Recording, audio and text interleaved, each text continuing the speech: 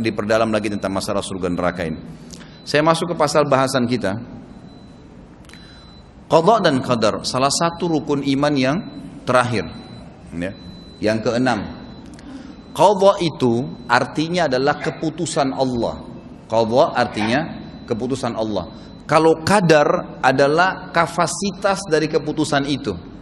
Misal contoh, lapar adalah qadha-nya Allah, keputusan Allah. Semua makhluknya, manusia maksud saya, tentu ada juga jin, ada juga hewan-hewan itu merasakan rasa lapar. Ada beberapa makhluk mungkin tidak merasakan itu, ya, yang kita anggap benda mati.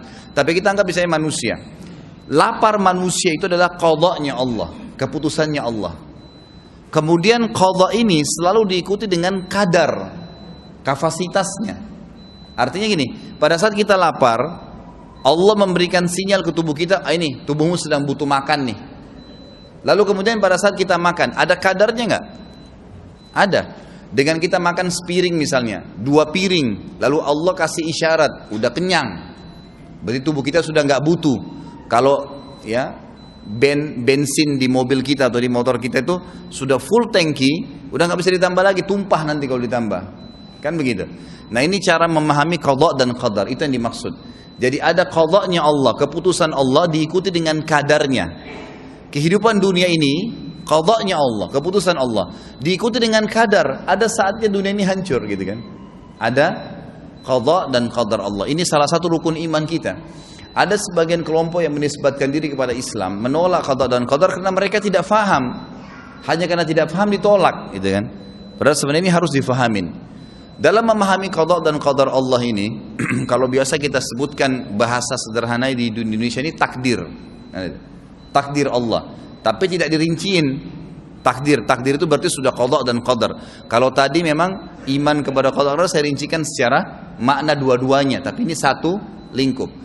Takdir ini, Bapak Ibu sekalian, ada 2 macam dalam agama kita. Ada namanya takdir mutlak dan ada takdir ikhtiar. Takdir mutlak yang kita tidak ada campur tangan di situ. Takdir berarti keputusan Allah ya. Kita nggak ada campur tangan di situ. Seperti misal takdir ini penciptaan langit dan bumi, pergantian siang malam, oksigen yang harus dihirup oleh hidung, kalau enggak kita akan mati.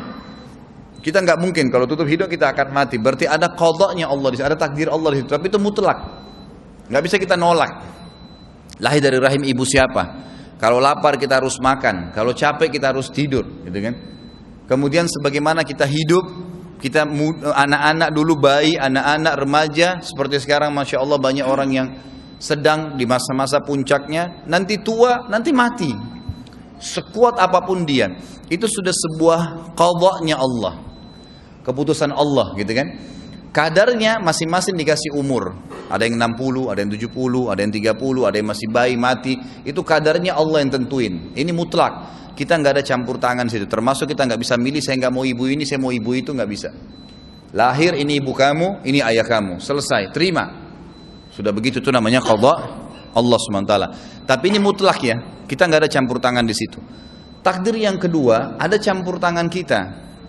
Namanya takdir ikhtiar. Sesuatu yang Allah tentukan di Lauhil Mahfuz untuk setiap individu di antara makhluknya.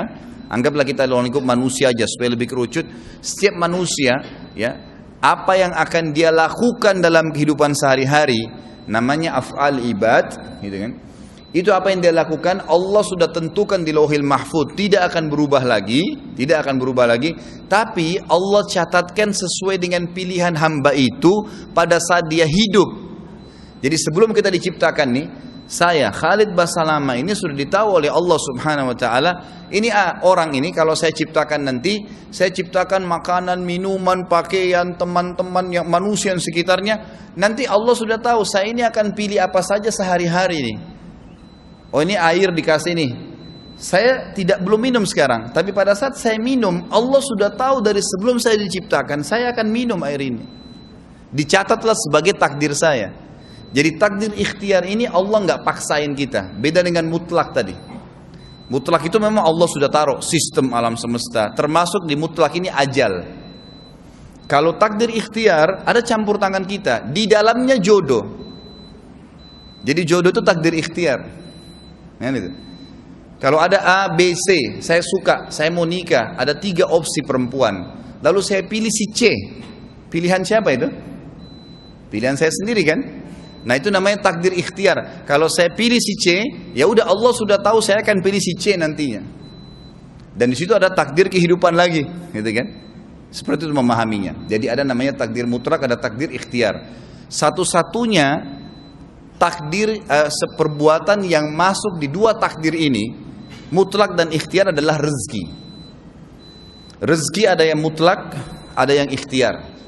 Yang selain rezeki nggak ada lagi. Di mutlak atau di ikhtiar. Tapi di ikhtiar ini adalah perilaku kita sehari-hari. Makan, tidur, bergaul, menikah. Itu semua namanya ikhtiar.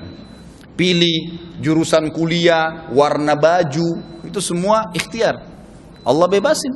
Silakan. Cuma Allah kasih kaidah. Yang halal. Ini yang haram jangan, gitu kan. Nah satu-satunya perilaku kita yang masuk di 2 takdir ini, mutlak atau ikhtiar dan ikhtiar, adalah rezeki. Nah rezeki ini Bapak Ibu sekalian seperti sebuah pohon. Ada buahnya yang berjatuhan, ada buahnya yang bergelantungan. Yang berjatuhan ini, ya, dan ini orang kafir, orang beriman semua dapat ya. Rezeki Allah SWT dikasih semuanya. Tapi yang berjatuhan ini semua orang bisa dapat tanpa upaya pun. Seperti udara yang kita hirup. Tidak pernah ada usaha khusus gitu. Pernah gak kita khususkan jadwal jam sekian saya mau hirup oksigen? Nggak bisa, itu sudah jalan dengan sendirinya, gitu kan? Mata menangkap cahaya, kadar oksigen yang kita hirup. Kemudian segala sesuatu yang berhubungan dengan apapun yang kita dapatkan, seperti air saya nggak pernah pesan tadi, tiba-tiba saya dikasih, kemudian saya minum. Ini rezeki mutlak namanya, gitu. Jadi mutlak, kita tidak ada campur tangan di situ. Itu kita akan dapatkan sampai kita mati. Dan ini masuk dalam sabda Nabi SAW. Kalau seseorang lari dari rezekinya, sebagaimana dia lari dari kematian, maka rezekinya akan mengejar dia sebagaimana mati mengejarnya. Maksudnya rezeki mutlak. Pasti ada orang subhanallah pas sudah tua sekali dapat warisan banyak, jadi kaya raya tiba-tiba. Karena memang itu mutlak akan datang kepada dia.